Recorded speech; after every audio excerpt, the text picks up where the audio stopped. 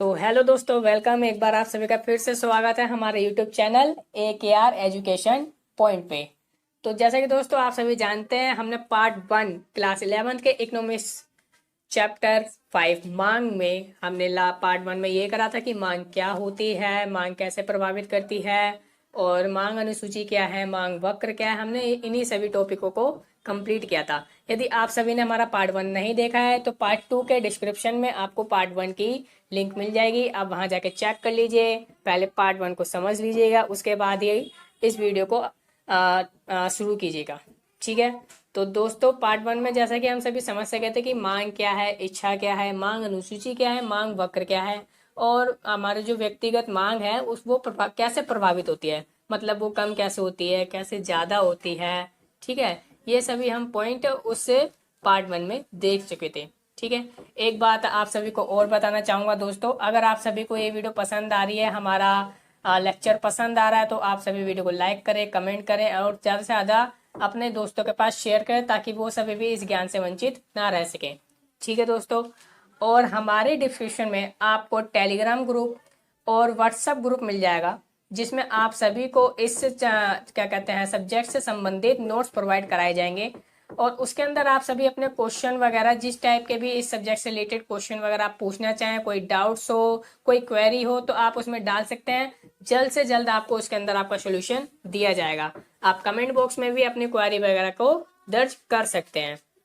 तो ठीक है दोस्तों, अब हम शुरू करते हैं इकोनॉमिक्स के चैप्टर 5 के मांग का पार्ट 2।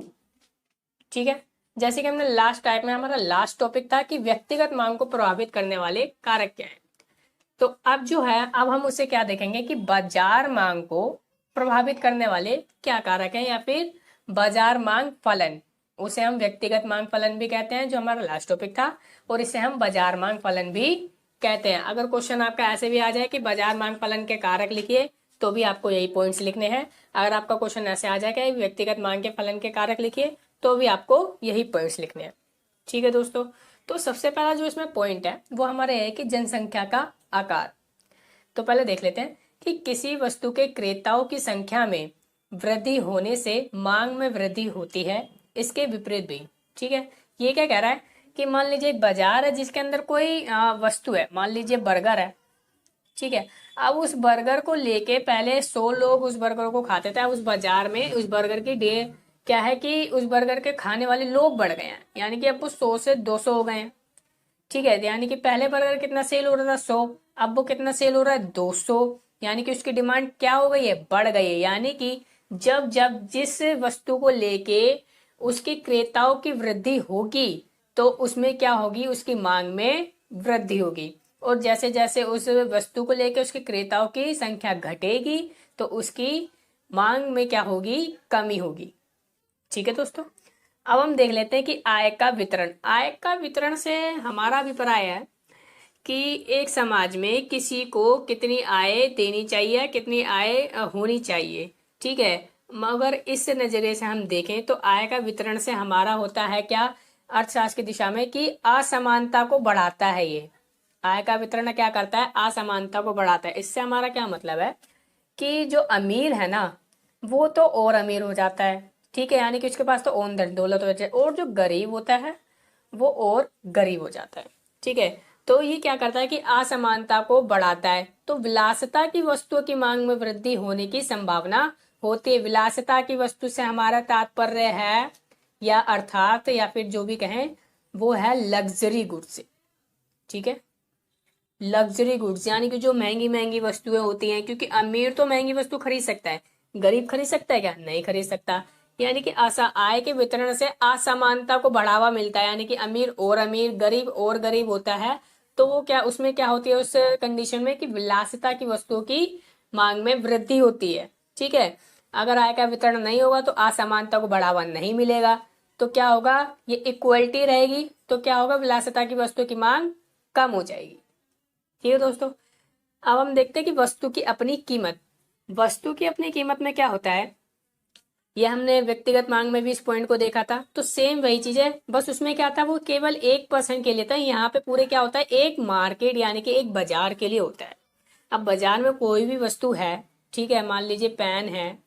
अब उसमें उस बाजार में कितने लोग रहते हैं, मान लीजिए 10,000 लोग आते जाते रहते हैं।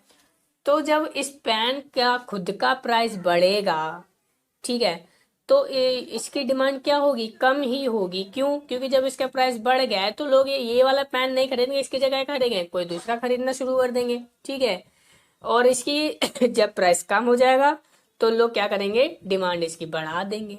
ठीक है, व्यक्तिगत में क्या हो रहा था कि ये सिर्फ एक पर्सनल व्यक्ति पे अप्लाई हो रहा था, और यहाँ क्या हो रहा है, ये पूरे मार्केट यानी कि पूरे बाजार में अप्लाई होता है। ठीक है, सेम उसी तरीके से अगला पॉइंट देखते हैं कि अगला पॉइंट है हमारा रुचि। रुचि क्या है, रुचि हमने व्यक्तिगत में देखी थी, वो एक सिंगल बंदे के लिए थी। ठीक है, यानी कि एक पर्सनल बंदे के लिए। यहाँ पर हम देखेंगे कि एक पूरे मार्केट के लिए है। अब पूरी मार्केट की जिस वस्तु की खरीदने में रुचि होगी, तो सिंपल सी बात है, पूरी मार्केट की सिर्फ मोमोज खाने में, स्टीम मोमोज खाने में मान लीजिए रुचि है, तो स्टीम मोमोज की मांग बढ़ेगी। और पूरी मार्केट की सडनली क्या होती है कि स्टीम मोमोज से शिफ्ट होकर वो कुरकुरे मोमोज पे चले जाते हैं।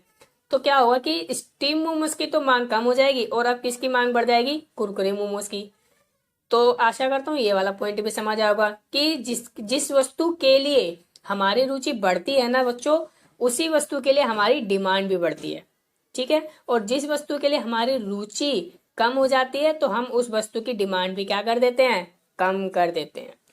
ठीक है, उसी तरीके से अगला पॉइंट देख लेते हैं। अगला है संबंधित वस्तुओं की कीमत, जिसमें मैंने बताया था दो प्रकार के होते हैं। पहली होती है प्रतिस्थापन, दूसरी होती है पूरक।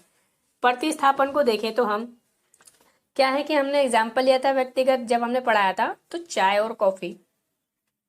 ठीक है, तो वही पॉइंट यहाँ पे भी रहेगा, बस वहां पे क्या था, व्यक्तिगत रूप में था, और यहाँ पे क्या होगा, मार्केट के लिए। किसी मार्केट में मान लीजिए 1000 लोग अगर रह रहे हैं, और वो 1000 ही के 1000 लोग क्या कहते हैं, चाय के दीवाने हैं। किसके दीवाने, चाय के दीवाने।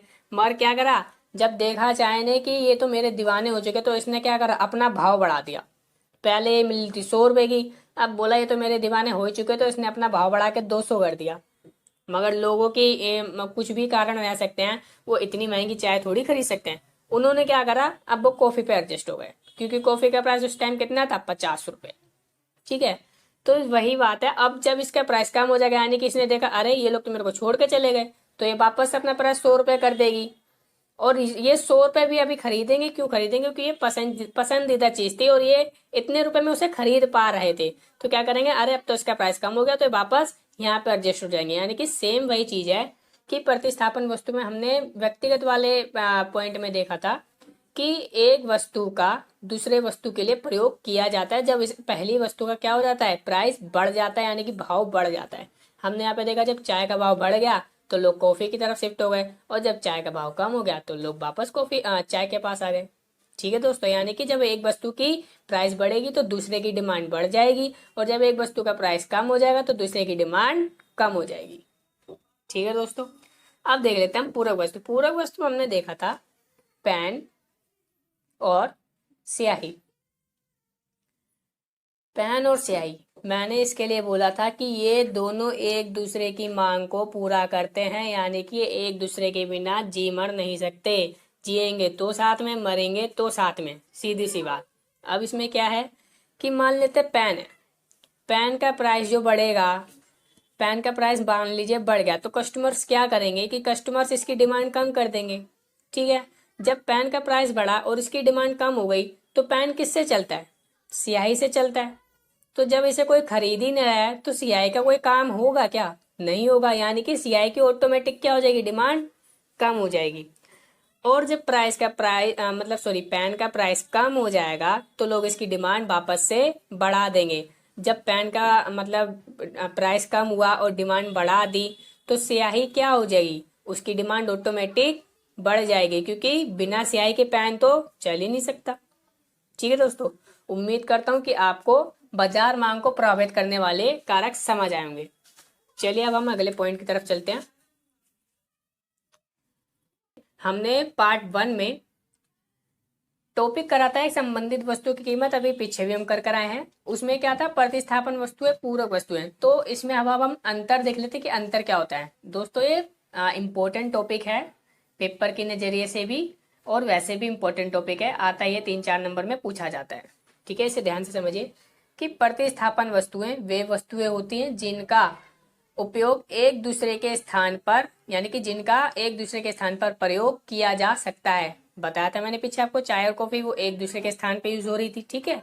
और जब प्रतिस्थापन वस्तु की कीमत में वृद्धि होती है तब दी हुई वस्तु, जैसे वस्तु X की मांग बढ़ती है एवं इसके विपरीत भी। मैंने वही बोला था, जब जो दी गई वस्तु है यानी कि जो चाय है उसकी कीमत बढ़ जाएगी तो जो उसके साथ दूसरी वस्तु है उसकी मांग क्या हो जाएगी, बढ़ जाएगी।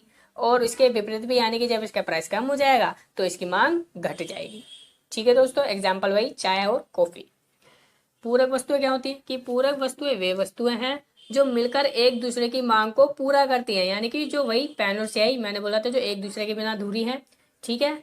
और जब पूरक वस्तु की कीमत में वृद्धि होती है, यानी कि जब पूरक वस्तु की कीमत में वृद्धि होती है तब दी हुई वस्तु, जब मान लीजिए X की मांग में कमी होती है, ठीक है। एवं इसके विपरीत भी वही है, जब पेन का प्राइस बढ़ेगा तो पेन लोग कम खरीदेंगे तो स्याही की मांग ऑटोमेटिक कम हो जाएगी, और जब पेन लोग ज्यादा खरीदेंगे तो स्याही की मांग ऑटोमेटिक बढ़ जाएगी। ठीक है दोस्तों, इसी बीच में हम एक ये देख लेते हैं कि मांग का नियम क्या होता है। मांग का नियम वैसे मैं आपको पहले ही वीडियो में बता चुका हूँ, पार्ट 1 में बता चुका हूँ, ठीक है। एक बार हम डेफिनेशन के रूप में देख लेते हैं कि मांग का नियम बतलाता है कि अन्य बातें समान रहने पर, यह बात नोट करने वाली है दोस्तों कि हमें ये चीज लिखनी ही लिखनी है, अन्य बातें समान रहने पर। अन्य बातें कौन सी, जो हमने अभी पीछे पॉइंट पढ़े कि वस्तु की अपनी कीमत, ठीक है, संबंधित वस्तुओं की कीमत, फिर आ जाता है आय, रुचि, और क्या थी, संभावना। ये सब बातें जब समान रहेंगी, यानी कि ये अपनी, इनमें कोई वृद्धि या कमी नहीं होगी, ये सब बातें जब समान रहेंगी तब किसी वस्तु की मांगी गई मात्रा तथा उसकी अपनी कीमत के बीच विपरीत संबंध होगा तो वह क्या कहलाएगा, मांग का नियम कहलाएगा। यानी कि जब अन्य बातें, ये बातें जो समान रहेंगी ना, तब किसी वस्तु का अगर प्राइस बढ़ेगा और उसकी डिमांड कम हो रही है, और जब उसका प्राइस कम होगा और उसका मांग तब बढ़ेगा तो वो क्या कहलाएगा, मांग का नियम कहलाएगा। ठीक है, ठीक है दोस्तों, आगे बढ़ते हैं। अब हम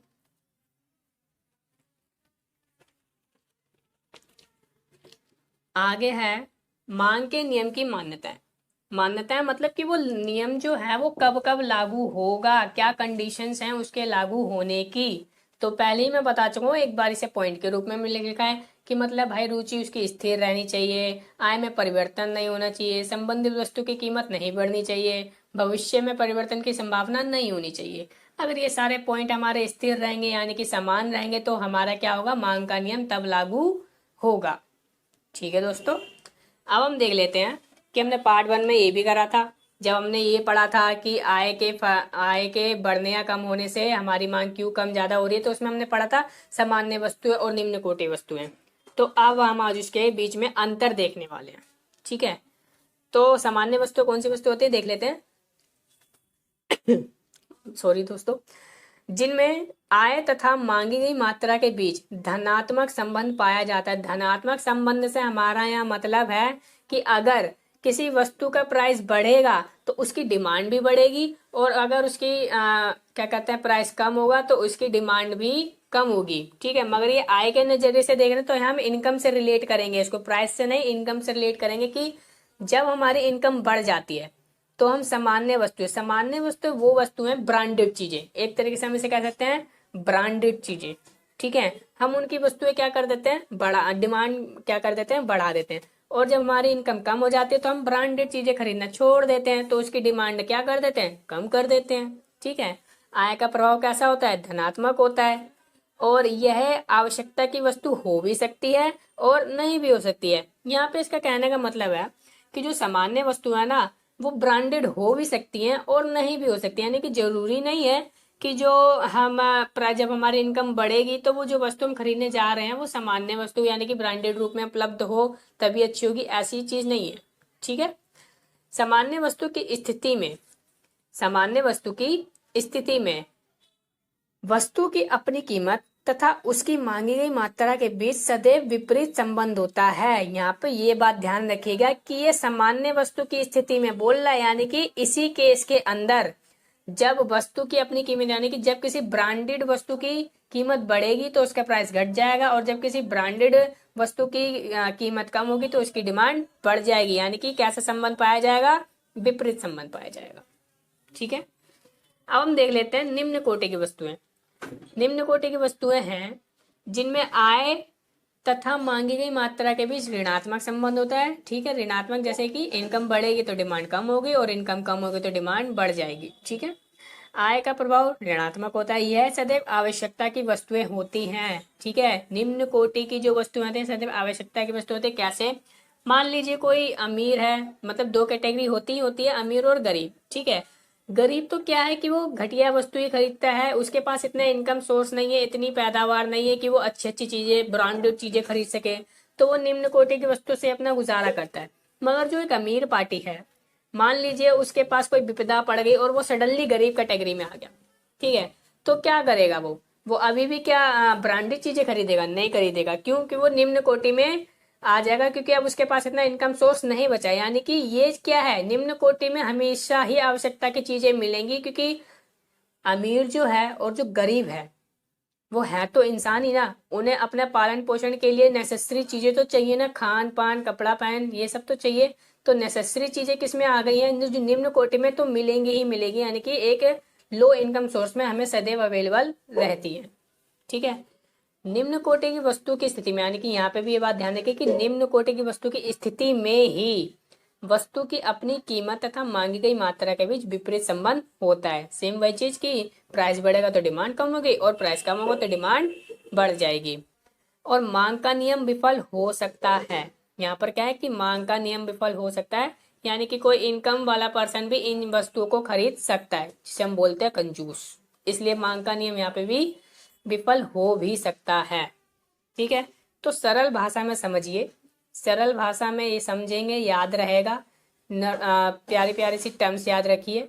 ठीक है, बाकी आपको डेफिनेशंस वगैरह ऐसे ही डिट्टो लिखनी है। आगे चलते हैं अब।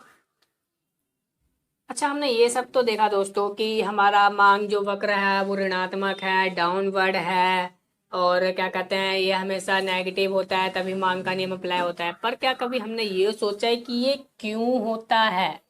ठीक है, तो हमने यही क्वेश्चन करा है कि मांग और वक्र का जो ढलान है वो ऋणात्मक क्यों होता है।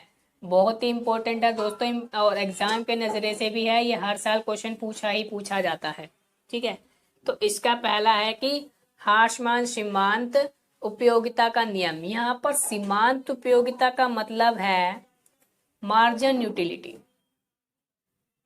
मार्जिन यूटिलिटी, ठीक है, मार्जिन यूटिलिटी से, यूटिलिटी को अगर मैं आसान भाषा में बोलूं तो किसी जो वस्तु हम खा पी रहे हैं उससे मिलने वाली संतुष्टि। ठीक है, कि उससे हमें कितना संतोष मिला, हमें कितना अच्छा लगा उसे खा के, कितना मजा आया उसे खा के, तो उसे हम अर्थशास्त्र की भाषा में कहते हैं मार्जिन यूटिलिटी या सीमांत उपयोगिता। ठीक है, देख लेते हैं कैसे ये काम करता है। कि इस नियम के अनुसार जैसे जैसे किसी वस्तु की उपभोग में वृद्धि होती है उससे मिलने वाली सीमांत उपयोगिता कम होती है। अब उपभोक्ता इकाई खरीदने के लिए कम से कम कीमत देने को तैयार होगा। यानी कि मान लीजिए हम एक मार्केट में हैं और हमें बड़ी तेज भूख लगी है, विकट भूख लगी है, हम सुबह से घूम ही रहे हैं। ठीक है, एक बार मैं आपको फिर बता देता हूँ कि हम किसी मार्केट में घूम रहे हैं और बड़ी तेज भूख लगी, सुबह से मतलब हम घूम ही रहे हैं, तो अब हमें भूख लगी। अब हम क्या करेंगे कि हम कहीं खाने जाएंगे, तो हमने मान लेते किसी बर्गर को गए, KFC वगैरह में हमने एक बर्गर ऑर्डर किया, और बर्गर का रेट क्या है, मान लेते 200 रुपये। जब हमने पहला बर्गर खाया ना, हमें बड़ी तेज भूख लगी थी, तो हमें उससे क्या मिली, संतुष्टि मिली।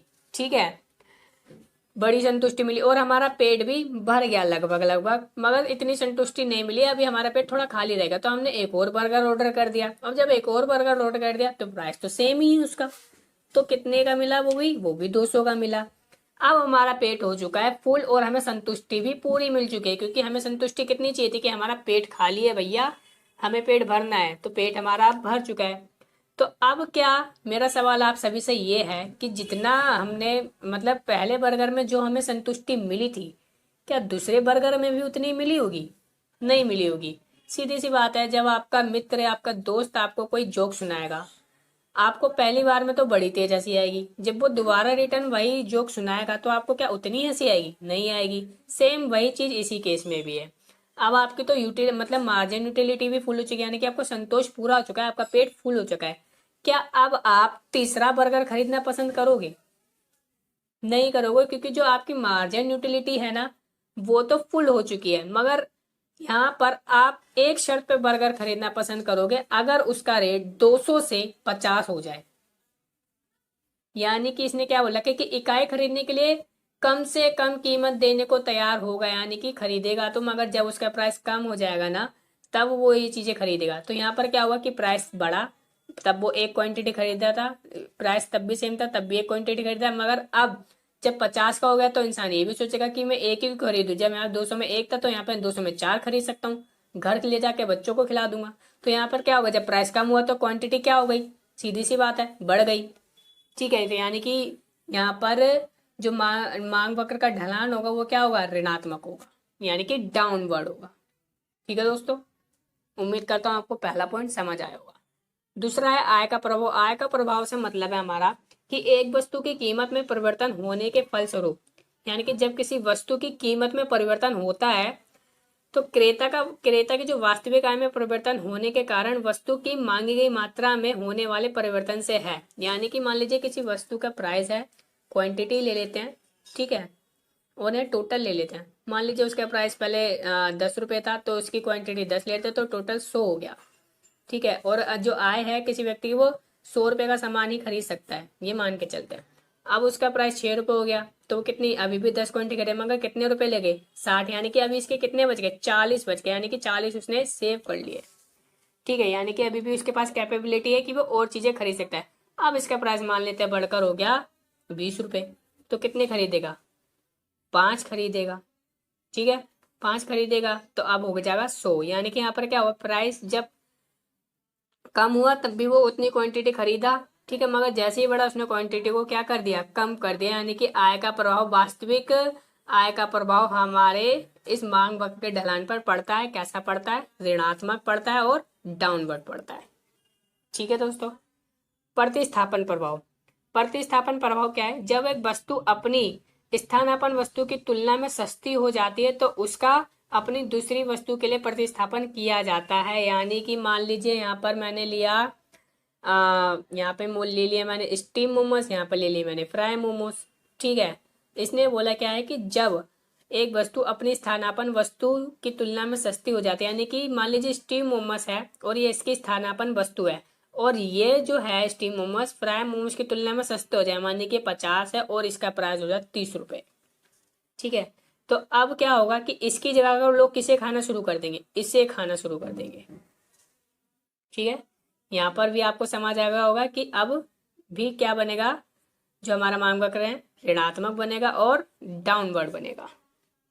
ठीक है दोस्तों, अब देखते हैं प्रवेश और निकास। प्रवेश और निकास का मतलब है किसी मार्केट में प्रवेश और निकास, यानी कि जितने ज्यादा लोग किसी मार्केट के अंदर आएंगे तो कोई किसी भी वस्तु को लेकर क्या होगा? डिमांड बढ़ेगी, और जितने ज्यादा लोग उस मार्केट से एग्जिट करेंगे तो क्या होगा? डिमांड कम होगी। यानी कि अभी भी हमारा जो मांग वक्र है वो ऋणात्मक और डाउनवर्ड बनेगा। ठीक है दोस्तों, आज के लिए इतना ही। पार्ट 2 में हमारा इतना ही पार्ट है, आगे का पार्ट जल्द ही आपके सामने हाजिर होगा। उम्मीद करता हूँ कि आपको ये सारा पार्ट समझ आया होगा। आप सभी को ये सब पार्ट समझ आया है और आप सभी इसे कंटिन्यू रखना चाहते हैं तो अपने अपने प्यारे प्यारे कमेंट से हमें बताइए कि आपको ये पार्ट कैसा लगा। कोई क्वेरी है तो हमें बताइए, और हमारे चैनल को लाइक करें और सब्सक्राइब करें, कमेंट करो, अपने दोस्तों के साथ शेयर करें। बहुत बहुत धन्यवाद दोस्तों, थैंक यू।